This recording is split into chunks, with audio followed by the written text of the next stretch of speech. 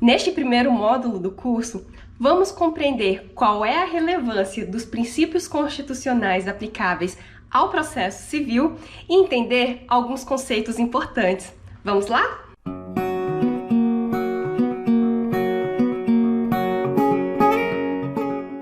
Pessoal, penso que uma boa forma de começarmos a nossa conversa seria a partir da apresentação de um caso hipotético.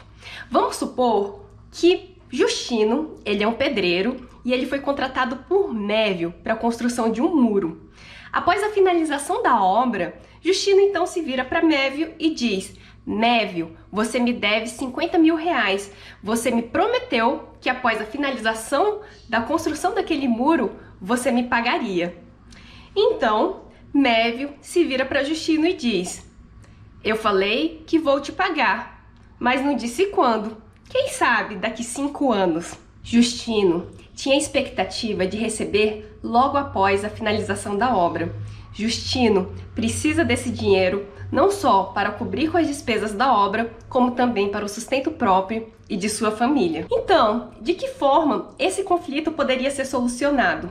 Justino poderia simplesmente se virar para Mévio, pegá-lo pela gola e dizer: Mévio, você vai me pagar imediatamente, custe o que custar, ou mesmo apontar uma arma na cabeça dele, ou pegar a chave que está na mesa dele e ir embora com o veículo? Bom, seriam essas formas legítimas de se resolver um conflito?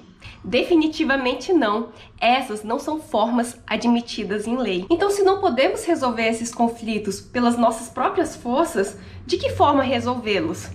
Bom, o Estado, ele traz para si a tarefa de resolver os conflitos, traz para si a tarefa de dizer quem tem razão e quem tem o direito. Então, o Estado substitui a vontade das partes na solução de seus conflitos de interesses. A partir disso, vocês podem perguntar: tá, mas como isso pode acontecer? Quando ocorre algum conflito, o Estado automaticamente vai lá e já resolve? A princípio, não. O Estado, para resolver os conflitos, ele precisa ser demandado. Ele é inerte. Ele precisa ser demandado pela parte que tem o interesse de ver o seu conflito resolvido. Há, portanto, a necessidade de se instaurar um processo por iniciativa da parte. Com base nessas premissas, de que forma o nosso caso hipotético poderia ser resolvido? Justino, ele tem interesse de agir e legitimidade, que é a pertinência subjetiva com relação aos fatos ocorridos. Embora ele tenha também capacidade de estar em juízo, ele não possui a capacidade postulatória, que é a capacidade de solicitar, de requerer, de postular diante do juízo.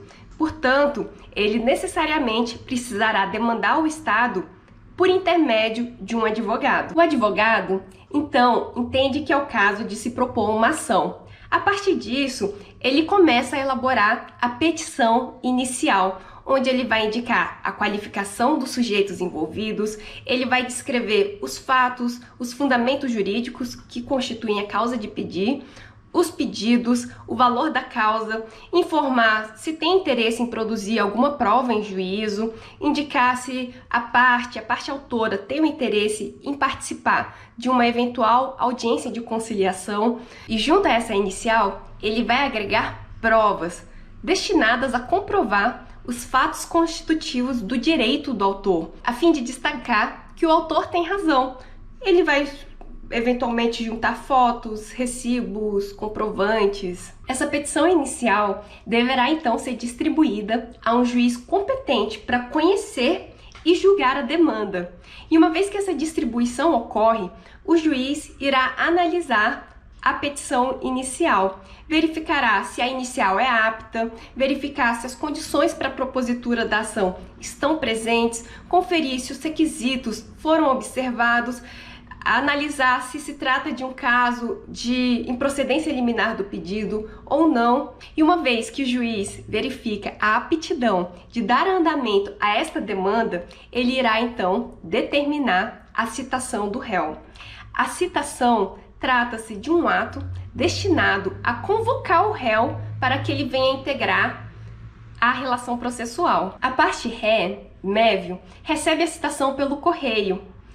Não possuindo capacidade postulatória, ele então contrata um advogado para representá-lo em juízo. O juiz, que é o próprio Estado e, portanto, tem o dever e o poder de dizer o direito aplicável ao caso concreto, após analisar as manifestações tanto de Justino quanto de Mévio, valorar as provas juntadas e produzidas nos autos, ele irá formar sua convicção e sentenciar, dizendo se a inicial é procedente ou não, se Mévio deve ou não pagar os 50 mil reais. Pessoal, e é a partir deste exemplo que poderemos compreender qual é o significado dos princípios constitucionais ao processo civil. Nos termos do artigo 5º, inciso 54 da Constituição Federal, ninguém será privado de sua liberdade ou de seus bens sem o devido processo legal. Bom, gente, e de acordo com Nelson Nery Jr., nesta obra que eu indiquei na ementa da disciplina,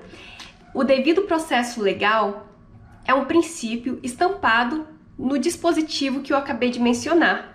E o autor entende que o devido processo legal é a base sobre a qual todos os princípios e regras se sustentam.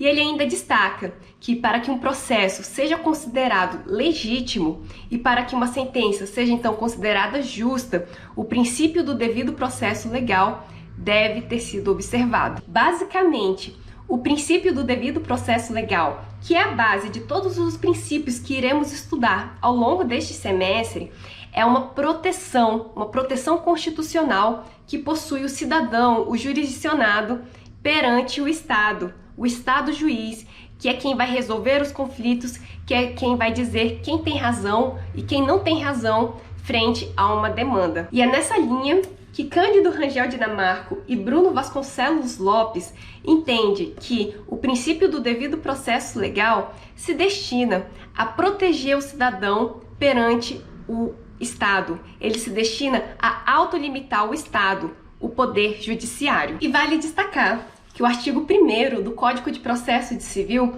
discorre o seguinte: o processo civil será ordenado, disciplinado e interpretado conforme os valores e as normas fundamentais estabelecidos na Constituição da República Federativa do Brasil, observando-se as disposições deste Código. Ou seja, os princípios constitucionais, eles precisam ser observados no momento da adoção, no momento da aplicação das regras constantes no Código de Processo Civil. E, portanto, os princípios constitucionais devem estar presentes, devem fazer-se presentes ao longo da tramitação de um processo. E ainda quanto ao tema da aplicação dos princípios constitucionais, eu destaco um pequeno trecho da obra dos professores Luiz Marinoni, Sérgio Cruz e Daniel Mitidiero, que destacam na página 490 o seguinte trecho: a legislação infraconstitucional constitui um meio de densificação do direito ao processo justo pelo legislador. Ou seja, os princípios constitucionais também precisam ser observados pelo legislador no momento da elaboração de uma lei infraconstitucional, tal como o Código de Processo Civil. Então, pessoal, o CPC, ele traz consigo regras que partiram desses princípios constitucionais. Agora que vocês puderam compreender qual é a relevância dos princípios constitucionais no nosso sistema de justiça, questionamentos como: o que são princípios? De onde eles surgem? De que forma esses princípios são denominados? Qual é a diferença entre princípio e regra? Esses são questionamentos relevantes e eu já adianto que o professor Nelson Nery Jr. traz a seguinte conclusão: não é uniforme o entendimento a respeito dos conceitos de norma, princípio, regra, direito e garantia. Ou seja, não há uma uniformidade na forma como esses conceitos são tratados pela doutrina. Então, não há uma única resposta inquestionável e indiscutível acerca dos questionamentos que aqui acabei de lançar. Embora não haja uma uniformidade no tratamento dessas categorias, eu entendo fundamental que saibamos de que forma os autores abordam esse tema. E eu apresento então esta obra de Humberto Ávila, teoria dos princípios, da definição, a aplicação dos princípios jurídicos. Nesta obra, o autor ele traça algumas considerações acerca de princípios, regras e ainda sustenta a existência de postulados. Humberto Ávila, ele descreve a compreensão de vários autores, de vários estudiosos da teoria do direito, e é a partir desta análise descritiva que ele vem a propor a sua compreensão em torno do tema, contrapondo os autores analisados por ele. Basicamente, para o professor Humberto Ávila, princípios são normas do que deve ser, regras são normas do que fazer e postulados são metanormas. E como assim? Será que esses conceitos poderiam ser trabalhados de forma mais detalhada? Sim, com certeza. E eu vou deixar essa tarefa para vocês. A partir do artigo que eu deixei disponibilizado na plataforma Moodle, é possível vocês extraírem de forma mais detalhada todos esses conceitos. Então, a primeira tarefa que proponho, a primeira questão é: qual é a diferença entre princípios, regras e postulados de acordo com Humberto Ávila? E ainda, pessoal, uma das formas pelas quais o professor Humberto Ávila busca descrever a sua análise em torno dos princípios, das regras e dos postulados é a partir da análise de decisões judiciais. E neste artigo que eu indiquei aí no Moodle, ele traça, já nas notas de rodapé 1, 2, 3 e 4, de onde ele extraiu essas decisões judiciais. E podemos ver que ele faz menção a habeas corpus, ação declaratória de inconstitucionalidade e a recurso extraordinário.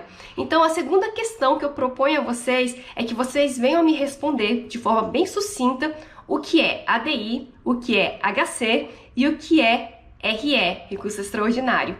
Então, essa é a segunda tarefa que proponho. Bom, pessoal, então este módulo, ele se dedicou a fazer com que vocês viessem a refletir sobre o tema da nossa PAD e compreendesse alguns conceitos que são relevantes para o aprofundamento dessa matéria.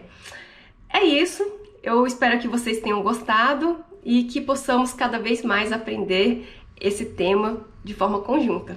Tchau, tchau!